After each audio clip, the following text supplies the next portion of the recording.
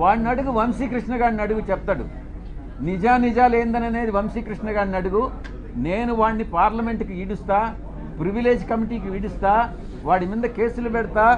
ప్రతి క్షణం సాయిరెడ్డి అనే వాడిని నేను ఎందుకు కలిపెట్టానా అని జీవితంలో వాడు పశ్చాత్తాపపడేటట్టు చేస్తాను అని నేను మీ అందరి ముందు చెప్తాను.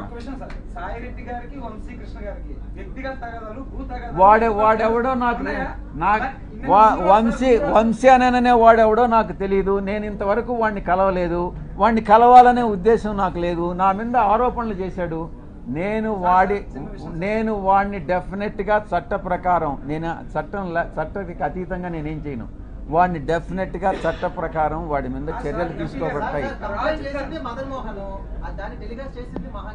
వాడు ఎట్ట చేస్తాడా ఈ వంశీ గారు?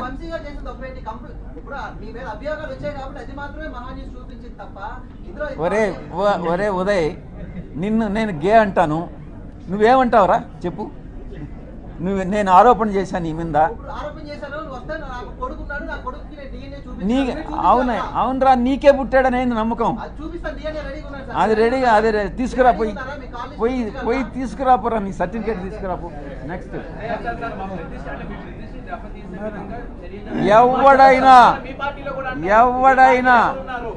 ఎవరైనా మా పార్టీకి చెందిన వాళ్ళైనా, తెలుగుదేశంకి చెందిన వాళ్ళైనా, జనసేనకి చెందిన వాళ్ళైనా, జర్నలిస్టులైనా ఎవరైనా నా ప్రతిష్టకి దెబ్బతీసే విధంగా ప్రవర్తిస్తే వదిలే ప్రసక్తే లేదు అని నేను మీకు సభాముఖంగా చెప్తా ఉన్నా. అది నీకే తెలియాలరా బాబు. ఎవరు, నీ పేరేం చెప్పు?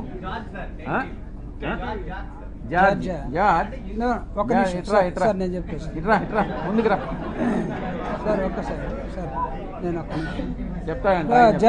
Judge, here is a small clarification. Judge and Srinivas, ఆ లెటర్లో ఎంపీ విజయసాయిరెడ్డి పేరు ఉందని అడిగే అన్నావు కదా. టెలికాస్ట్ చేసే ముందు కనీసం ఆ వ్యక్తితోటి దాన్ని క్లారిఫై చేసుకోవాలన్నటువంటి అది ఏదో అంటారు కదా, ఇంగిత జ్ఞానం. జర్నలిజంలో మీరు ఎప్పుడు స్టోరీ తీసుకోవాలి? You have to approach. అంటే ఒక లెటర్ ఎవడో చిల్లరగా రోడ్డు మీద ఎవడో యునానిమస్ లెటర్ రాసేస్తే దాన్ని తీసుకుని మనం పోయి వేసేసుకుంటామా? అంటే మీరు పేరుంది కాబట్టి మేము రాసామనంటే, మేము వేసామంటే అంటే ఇది కరెక్టా? ఎవడైనా సరే, రేపు నీ మీదైనా, నా మీదైనా, ఇంకొకటి మీదైనా సరే, అంటే పేరుంటే వేసేస్తారా? అంటే మీరు స్టోరీలు రాస్తే మేమందరం బురద కడుక్కుంటా ఉండాలనా? బాగా మీరు పేడంతా మాకు, మీ పశువుల దగ్గర ఉన్న పేడంతా తీసుకొచ్చి మాకు పూసేస్తే మేము కడుక్కోవడం కోసం రోజు ఒక బిందె నీళ్ళు పెట్టుకొని ఉండాలి. ఇక్కడ క్లారిఫై చేసుకోరా? క్లారిఫై చేసుకోరా? దీన్ని చెప్పండి నాకు. నువ్వు ఎలా అడుగుతావు అసలు ఉదయ ఆ ప్రశ్న? ఎలా అడుగుతావు? కాదు సార్, నిన్న ఆ మేడం, ఆ officer, she has given clear cut answer. మీరు కావాలంటే తీసుకోండి. మీరు ఎవరైతే అక్యూజ్ చేశారో, ఎవరైతే ఒక లేడీని, ట్రైబల్ లేడీని బోన్లో నిలబెట్టారో, ఆవిడ్ని ఆత్మహత్య చేసుకునేదాకా మీరు ఎవరైతే తీసుకొచ్చారో, ఆ కుటుంబ పరువు మర్యాదల్ని మీరు ఎవరైతే తీసేశాడో, ఆవిడిచ్చిన సమాధానం చూడండి. నా భర్త అతను మదనమోహన్, నువ్వు చెప్తున్న అతను ఎవరో, వాళ్ళ బంధువులు, ఆ కుటుంబానికి కుదరలేదు. అరే పాపం పవన్ కళ్యాణ్ కూడా, ఒరే బాబు నా కర్మరా, నాకు కుదరలేదంటే వదిలేశారు కదా. చాలామంది ఎందుకు అట్ ద సేమ్ టైం ఈరోజు ఏదైతే గంజా విపరీతంగా పెరిగిపోయి, డ్రగ్స్ విపరీతంగా యూసెస్ పెరిగిపోయి, నకిలీ మద్యం తాగి వాటికి అలవాటు పడిపోయి వాటి నుంచి బయటికి రాని సిచ్యువేషన్స్లో ఉన్న వాళ్ళని కూడా ఏ విధంగా బయటకు తీసుకురావాలి, ఏ విధంగా రీఅడిక్షన్ సెంటర్స్ ఏర్పాటు చేయాలి, వీటన్నిటి మీద కూడా రివ్యూ జరుగుతుంది. డెఫినెట్గా రాబోయే కాలంలో ఆడపిల్ల మీద ఒకటి మాత్రం చాలా క్లియర్ అండి, ఆడపిల్ల మీద తప్పుడుగా చూడాలనుకున్నా కూడా భయం కలగాలి. తప్పుడుగా వాళ్ళ మీద ప్రవర్తించిన రోజే అదే ఆఖరి రోజు అవ్వాలి వాడికి అన్న విధంగా చట్టాలని కూడా మేము క్లియర్ కట్గా చట్టాలని కూడా మేము ఇది చేసుకుంటామండి. డెఫినెట్గా రాబోయే కాలంలోనే ఆడపిల్లల మీద ఎటువంటి అఘాయిత్యాలు జరగకుండా చూసుకునే బాధ్యత కూడా తీసుకుంటాం. ఏదైతే ఈ రెండు విషయాలని కూడా నేనే స్వయంగా వెళ్ళి వాళ్ళకి ఆర్థిక సహాయం అందించేటట్టుగా నేను ఏర్పాటు చేసుకుంటాను.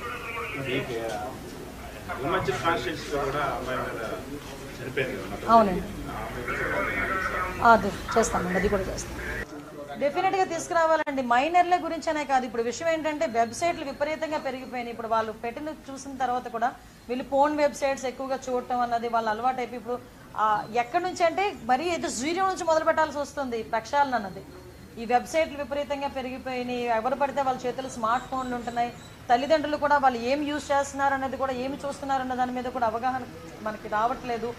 ఏంటో ఇప్పుడు అంటే కొన్ని రాజకీయంగా విమర్శలు అవసరం లేదు కానీ ఇటువంటి సిచ్యువేషన్స్లో బట్ నేనేమంటానంటే ప్రతి తల్లిదండ్రులు కూడా దయచేసి మీ బిడ్డలకి ఫోన్లు ఇచ్చేటప్పుడు, ట్యాబ్లు ఇచ్చేటప్పుడు, ల్యాప్టాప్లు ఇచ్చేటప్పుడు ఒక కంట కనిపెట్టాలి. ఎందుకంటే వాళ్ళందరూ చిన్నపిల్లలు, వాళ్ళకి తెలియక చాలా వ్యవహారాల్లో వాళ్ళు తలదూరుస్తుంటారు. అటువంటి సందర్భంలో వాళ్ళకి తెలియకుండానే కొన్ని తప్పులు కూడా జరుగుతుంటాయి. ఇప్పుడు మైనర్లు, గట్టిగా మాట్లాడదు మైనర్లు, వాళ్ళు 12 సంవత్సరాలు, 14 సంవత్సరాలు, 15 సంవత్సరాల పిల్లలు వాళ్ళు ఇప్పుడు ఈ ఇన్సిడెంట్లో వాళ్ళ జీవితం అంతా నాశనం అయిపోయింది. మొత్తం జీవితం అంతా నాశనం అయిపోయినట్టు. ఈరోజు ఆ బిడ్డను కూడా తిరిగి తీసుకురాలి. ఆ విషయంలోని కూడా దయచేసి తల్లిదండ్రులు కూడా కొంచెం అవేర్గా ఉండాలి. నెక్స్ట్ స్కూల్స్లో కూడా వాటి మీద కంపల్సరీగా అవేర్నెస్ క్రియేట్ చేయాలి అన్నది మాత్రం.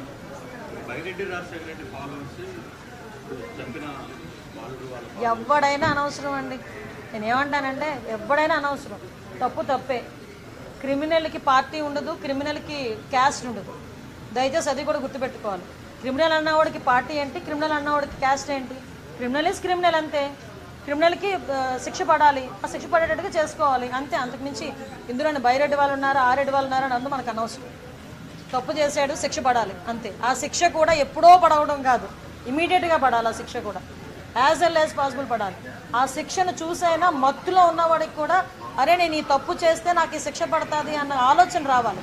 అలాంటి శిక్షలు పడాలి, అది మేము కోరుకునేది. సేమ్ టైం ఈరోజు ఏదైతే గంజా విపరీతంగా పెరిగిపోయి, డ్రగ్స్ విపరీతంగా యూసెస్ పెరిగిపోయి, నకిలీ మద్యం తాగి వాటికి అలవాటు పడిపోయి వాటి నుంచి బయటికి రాని సిచ్యువేషన్స్లో ఉన్న వాళ్ళని కూడా ఏ విధంగా బయటకు తీసుకురావాలి, ఏ విధంగా రీఅడిక్షన్ సెంటర్స్ ఏర్పాటు చేయాలి, వీటన్నిటి మీద కూడా రివ్యూ జరుగుతుంది. డెఫినెట్గా రాబోయే కాలంలో ఆడపిల్ల మీద ఒకటి మాత్రం చాలా క్లియర్ అండి, ఆడపిల్ల మీద తప్పుడుగా చూడాలనుకున్నా కూడా భయం కలగాలి. తప్పుడుగా వాళ్ళ మీద ప్రవర్తించిన రోజే అదే ఆఖరి రోజు అవ్వాలి వాడికి అన్న విధంగా చట్టాలని కూడా మేము క్లియర్ కట్గా చట్టాలని కూడా మేము ఇది చేసుకుంటామండి.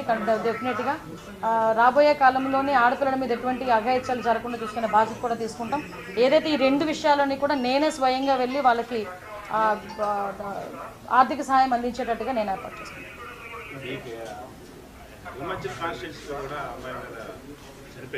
అవునండి, అది చేస్తామండి, అది కూడా చేస్తాం. డెఫినెట్గా తీసుకురావాలండి. మైనర్ల గురించనే కాదు, ఇప్పుడు విషయం ఏంటంటే వెబ్సైట్లు విపరీతంగా పెరిగిపోయినాయి. ఇప్పుడు వాళ్ళు పెట్టిన చూసిన తర్వాత కూడా వీళ్ళు ఫోన్ వెబ్సైట్స్ ఎక్కువగా చూడటం అన్నది వాళ్ళ అలవాటు అయిపోయి ఇప్పుడు ఎక్కడి నుంచి అంటే మరీ ఏదో జీరో నుంచి మొదలు పెట్టాల్సి వస్తుంది ప్రక్షాళన అన్నది. ఈ వెబ్సైట్లు విపరీతంగా పెరిగిపోయినాయి. ఎవరు పడితే వాళ్ళ చేతులు స్మార్ట్ ఫోన్లు ఉంటున్నాయి. తల్లిదండ్రులు కూడా వాళ్ళు ఏం యూజ్ చేస్తున్నారు అన్నది కూడా ఏమి చూస్తున్నారు అన్న దాని మీద కూడా అవగాహన మనకి రావట్లేదు.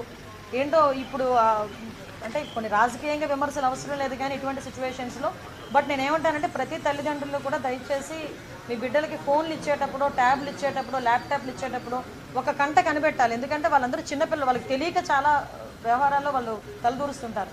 అటువంటి సందర్భంలో వాళ్ళకి తెలియకుండానే కొన్ని తప్పులు కూడా జరుగుతుంటాయి. ఇప్పుడు మైనర్లు, గట్టిగా మాట్లాడదు మైనర్లు, వాళ్ళు 12 సంవత్సరాలు, 14 సంవత్సరాలు, 15 సంవత్సరాల పిల్లలు వాళ్ళు ఇప్పుడు ఈ ఇన్సిడెంట్లో వాళ్ళ జీవితం అంతా నాశనం అయిపోయింది.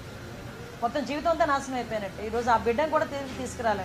ఆ విషయంలోని కూడా దయచేసి తల్లిదండ్రులు కూడా కొంచెం అవేర్గా ఉండాలి. నెక్స్ట్ స్కూల్స్లో కూడా వాటి మీద కంపల్సరీగా అవేర్నెస్ క్రియేట్ చేయాలి అన్నది మాత్రం.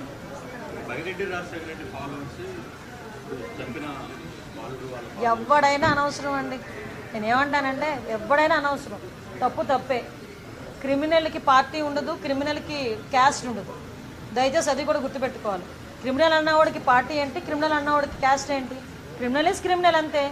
క్రిమినల్కి శిక్ష పడాలి, ఆ శిక్ష పడేటట్టుగా చేసుకోవాలి అంతే. అంతకుమించి ఇందులోని బైరెడ్డి వాళ్ళు ఉన్నారు, ఆరెడ్డి వాళ్ళు ఉన్నారు అని అందు మనకు అనవసరం. తప్పు చేశాడు, శిక్ష పడాలి అంతే. ఆ శిక్ష కూడా ఎప్పుడో పడవడం కాదు, ఇమీడియట్గా పడాలి. ఆ శిక్ష కూడా యాజ్ వెల్ యాజ్ పాసిబుల్ పడాలి. ఆ శిక్షను చూసైనా మత్తులో ఉన్నవాడికి కూడా అరే నేను ఈ తప్పు చేస్తే నాకు ఈ శిక్ష పడుతుంది అన్న ఆలోచన రావాలి. అలాంటి శిక్షలు పడాలి, అది మేము కోరుకునేది.